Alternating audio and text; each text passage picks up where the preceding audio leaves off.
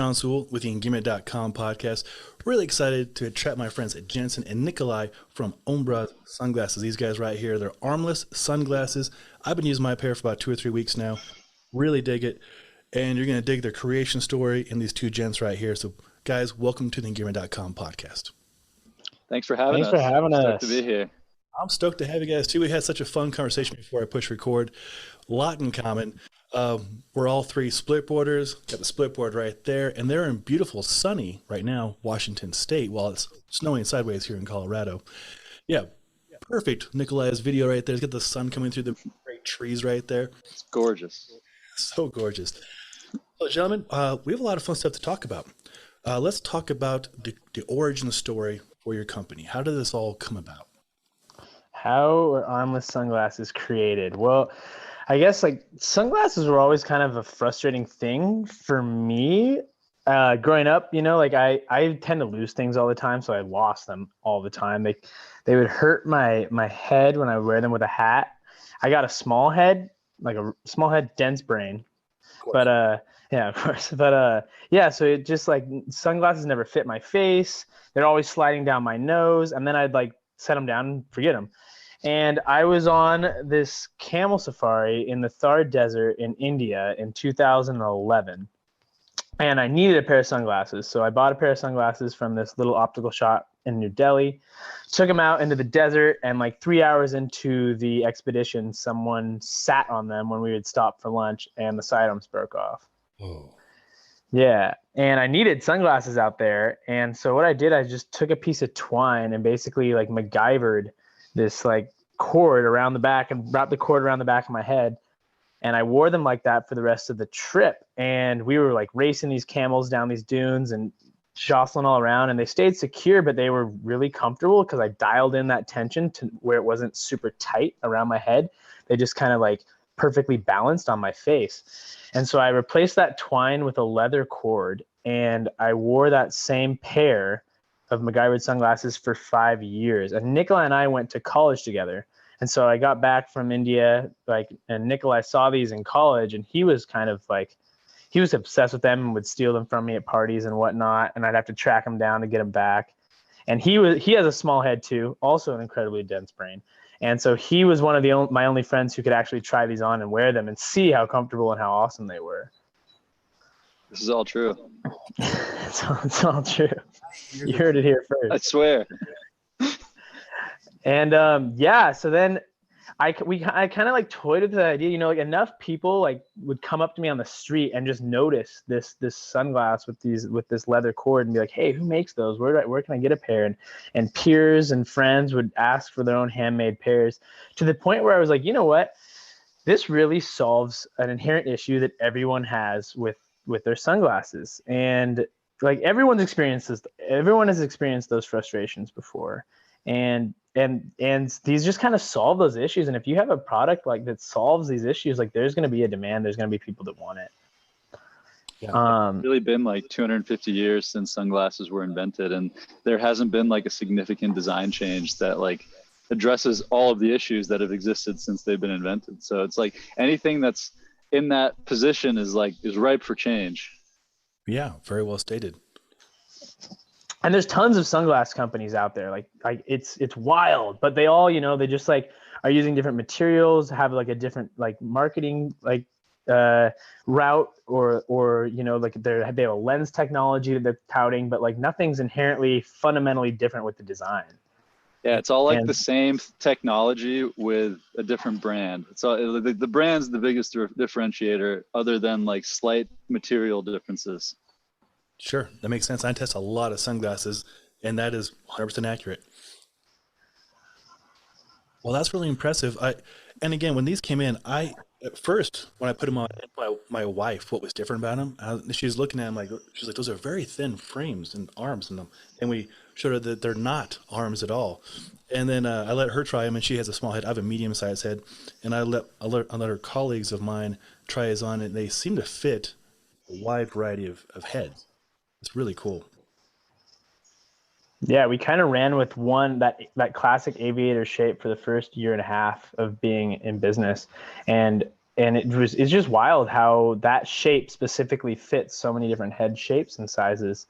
We have 2 sizes, but between those 2 sizes with that same frame shape, it's surprising how many people look good in them. And then that cord's adjustable, so you can adjust it to any size. Yeah, I noticed when I first tried it on, I had it too tight, and like you said in literature, get a little bit looser, and it does stay in place. I even did a bunch of kettlebell swings the very first day I used them outside, and they stayed in place, which that's awesome. Yeah, people tend to get them and crank them down on their face like goggles. And Nikolai and I just cringe when we see that and like see it happening in person, because we're like, no, that defeats the purpose of having this light floating pair of sunglasses on your face. Yeah, you're not really supposed to feel them when you're wearing them correctly. You should be able to take the frames off your brow about half an inch, and like barely even feel the cord when they're on properly. So it's just like, that's one of the biggest things about them, is just the comfort factor. It feels like you're wearing nothing at all. It's like a polarized halo. Yes, and polarized is my favorite kind of optics. Let's talk about the working with Carl Zeiss lenses. Like I've never seen sunglasses have Zeiss. The camera I'm shooting on right now has a Zeiss lens. What allured you guys to, or brought you guys to? That's why you look so good. Yeah, looking coming in crystal clear, Sean. No, landing Zeiss was actually pretty monumental for us, I think, because it gave us some validation to our concept. So we launched an Indiegogo campaign through a crowdfunded campaign in 2018, and we had a really tough time finding a lens manufacturer that would work with us, just because we were, we were nothing. We were just an idea, essentially, and no like big time high quality lens manufacturer wanted to bring us on, because it was kind of more like a liability at that point. And we just ended up getting in touch. I don't even know how. We're just smiling and dialing. We got a hold of this rep for Zeiss that was just a little bit older than us at the time. And he was like, you know what, guys, like, I really like this idea. I like where your guys' head's at. Like, I'd love to help you guys out. And so he brought us on, and we got an account with Zeiss, and it just really validated the product, because people saw that Zeiss name, which is like, it has some clout behind it. And it like that whole armless sunglass, like it was no longer like it felt gimmicky, because we were using that like premium lens that comes with a pair of Ombraz. Excuse me. For sure. It's well stated. Yeah, I dig it. Yeah, Zeiss is super high quality optics, and again, I had never seen it in the shades before. And trust me, I've done reviews on many sunglasses, and very good quality ones at that. But yeah, getting Zeiss in there, legit. I mean, yeah. Well, speak more. You have 3 different lenses, is that right? Yeah, we've got gray, brown, and a yellow, but we also have clear blue blockers, and we have like a whole custom RX program that offers, prescription, glacial tints, and just like custom tints and coatings and treatments and stuff like that. So we can pretty much do just about anything now. Oh, that's a huge talking point right there. I wear blue blocking glasses when I'm writing, obviously, like most people should. And having prescription compatible options, that's huge. Good for you guys. Yeah, it's huge. People really appreciate it. And it's one thing we just like, it's like one of our most popular questions, and it's hard to, it's definitely just like a challenge to announce that kind of program effectively all the time. Because, you're focusing on your main business, but then that's a critical piece that a lot of people want. Oh, for sure. Yeah, my wife wears prescription sunglasses, and I mean, this is a huge amount of people you can serve with still having the great functionality of the armless sunglasses. What are some I think for like RX, it's honestly even better, because those are the people who are, they're having to wear their glasses all the time. So like, I can imagine, if I get pain after only an hour or 20 minutes of wearing normal glasses from the arms, someone that's wearing them all day, day in and day out, and they're probably more used to it than I am, but they're probably so grateful. It's actually wild. We've had people who have had like brain tumors and had to have like surgery on their skulls, and it's very sensitive in those places. and then they have to wear glasses, and they've reached out, found us, warned them, and been like, these changed my life. Like I used to get headaches. I used to be miserable because my glasses were just like really causing like serious pain in my head. And now these Ombras, you know, like I don't feel them. It's pretty incredible. Yeah. We never thought that like a product like this would have that much of an impact on some people. Yeah, those kinds of stories are great motivation to just like keep on keeping on and, you know, do what we do. Oh, that's so rewarding, guys. So good, cool to hear that. That's amazing. And the name, can you explain to the readers where the name comes from? Yeah. So ombra means shade in Italian. We were initially like going to source and like make ombras in Italy, and that's just but like that's, and then my mom's Italian, so that's also where that comes from, and it's just a beautiful word. And ombraz.com was an available domain, so yeah, we just added a Z after ombra. So ombra means shade in Italian. We also plant 20 trees for every pair of ombras we sell, through a pretty substantial tree planting partnership. And so, you know, we shade for your eyes, shade for degraded landscapes. That's kind of like that whole like ombra encompassing backstory to the name. But yeah, the big one was just like a 5-letter word, ombraz.com, was available on GoDaddy. And so like, hey, that's a sweet name. We can brand that. Let's go for it. and it looks dope. It's like you know, it's a word that kind of exudes quality, and you know, it's a nice sounding word. And from the very beginning, you kind of like faced with a choice. Do you focus on like the low price option, or do you focus on like high quality premium stuff? And from the get-go, we really like, that was a big challenge we talked about all the time and asked all the smartest people we knew for advice on. And we decided that you know, to make something, to focus on like the cheaper, the less premium part of the market, it's just like, it's not always the best place to start, because especially as a new concept, because it almost kind of like takes away from the clout and like validation, like Jensen was saying. It's like similar with the Zeiss name.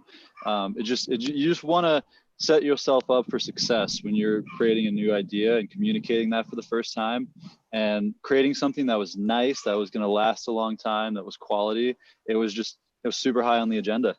I love it.